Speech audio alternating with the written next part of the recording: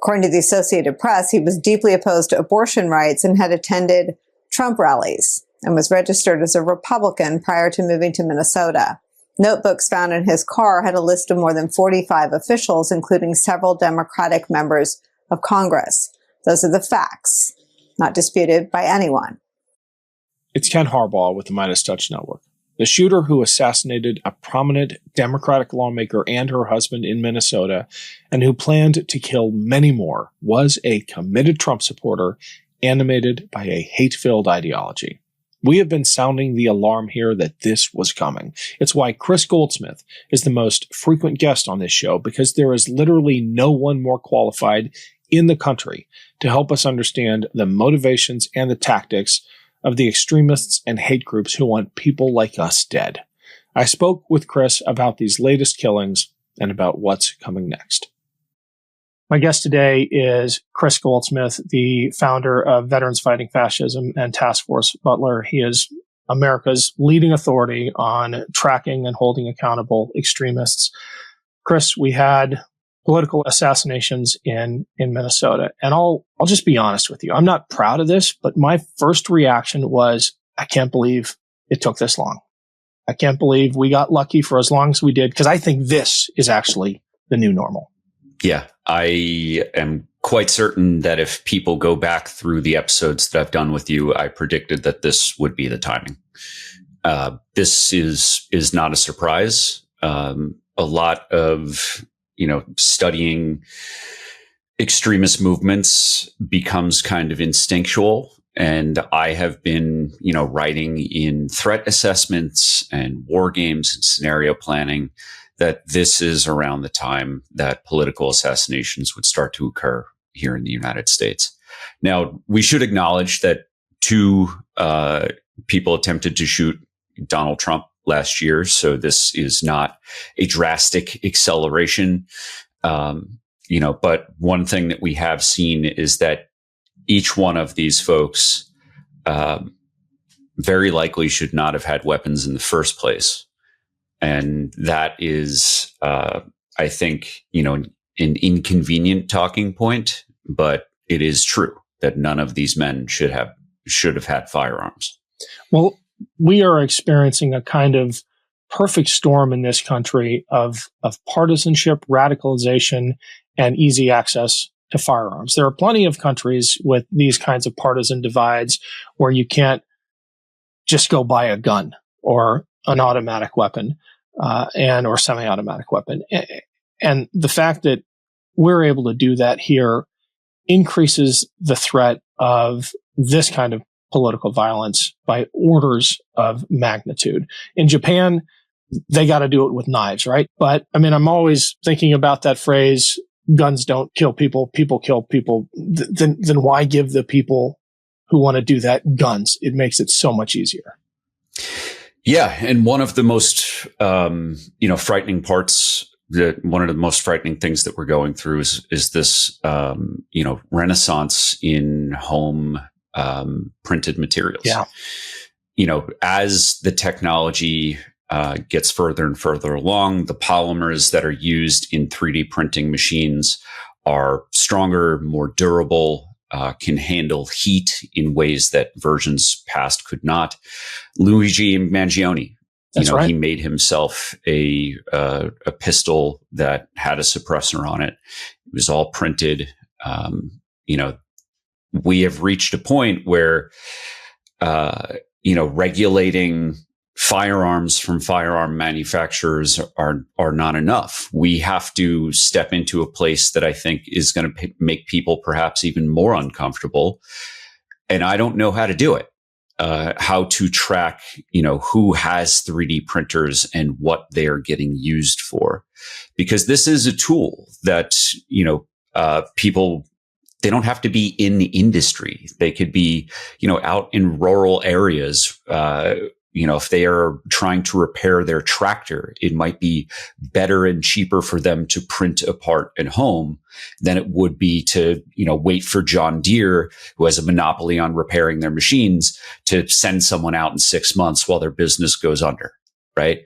These 3D printing machines, as AI are a tool that we now have, and we need to figure out how to regulate them before they become more dangerous than they are in terms of putting out good in the world.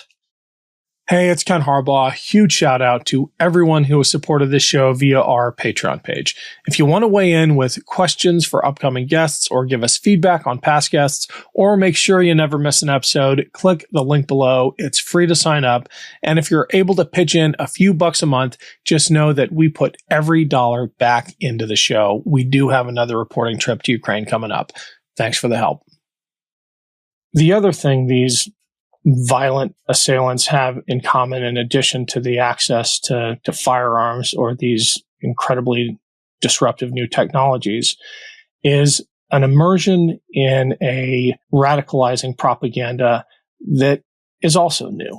I mean, the total cocooning that you can experience online these days is something we also have to deal with. Every single one of these people believed things about the world that turned out to be untrue and radicalizing. And I would love, I don't want you to say his name because I hate it when we put these assassins on a pedestal, but can you tell us a little bit about the makeup of this latest assassin and the toxic ideology he swam in every day? Yeah. So this latest assassin is someone who listened to InfoWars. Yeah. He was a registered Republican and he voted for Donald Trump.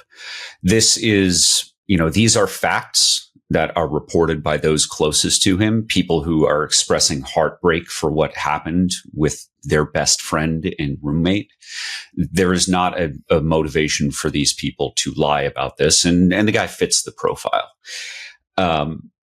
One of the things that he listened to that, according to his best friend and roommate, is InfoWars. Alex Jones, the guy who, had a multi-billion-dollar lawsuit levied against him for telling Americans that Sandy Hook, the elementary school that had a mass shooter come in, that it was all fake. That all of the parents were not real parents, they were crisis actors, that there were no children who did in fact die. And those families were terrorized and continue to be terrorized because Alex Jones convinced perhaps millions of Americans that this horrible event did not actually occur. And in fact, what did occur was a conspiracy to take away people's rights. To a conspiracy to disarm the American people, which has created a sense of paranoia that has led to people stockpiling firearms and ammunition, driving up the prices of these things, making ammunition difficult to get a lot of the time. I am a firearm owner. I have a concealed carry permit. Here in New York, I can legally carry on my person, on my own property and in any place that isn't like a private business or a state park or something like that, right? I have the right to carry, but 9mm rounds aren't always available at my gun store. And the reason is because the average person who goes into that gun store is watching Fox News, OAN, and Alex Jones. And they believe that they are going to play Rambo and that the Civil War is imminently upon us. Can you talk about the role of Christian nationalism in all this? If I can find the right clip in a way that doesn't further inflame, I'm going to show this shooter on a stage in front of a church losing his mind. And I'm just as excited about Jesus. Et je suis juste excité right de here, Jésus. right now. Jusqu'à présent, même maintenant. And when I get excited, Et quand je suis excité, I want to dance. je veux danser. And what Jesus did for me. Ce que Jésus a fait pour moi. Jesus is God. Jésus est Almighty Dieu. God. C'est le Dieu He puissant. saved my life. Il a sauvé ma vie. I'm excited about God. Je suis excité de Dieu. And I want to worship Him. Et c'est pourquoi je l'adore. Because He's coming again. And Jésus, il revient encore. And He's got plans. He's Il got a plans de plans and purposes et le dessein for each one of you pour chacun de vous ici. and for me. What's the role of that kind of religious fervor, false religious fervor, I should say, in animating people like this? So Task Force Butler's chief researcher came into the field of studying the far right and doing threat assessments because they were someone who was focused on protecting abortion providers and volunteers who work at women's health clinics. She is now one of the foremost experts in Christian nationalism, in violent Christian nationalism, because these things are one and the same. This shooter was someone who held deeply bigoted, intense religious beliefs. He was an evangelical pastor. And on his list of 70 individuals, though, to my knowledge, as of the time we're recording, this list has not been released, and I don't anticipate it being released. I know from my chief researcher that it was her friends that were some of the people on this list because they have been involved in helping women to maintain their rights to bodily autonomy. So, this, I think, is the second time I've done a show with you in the last couple of weeks where I've talked about, political violence impacting people who are just 1 degree away from me. This is getting very real for me, for my team, and for lots of folks around the country.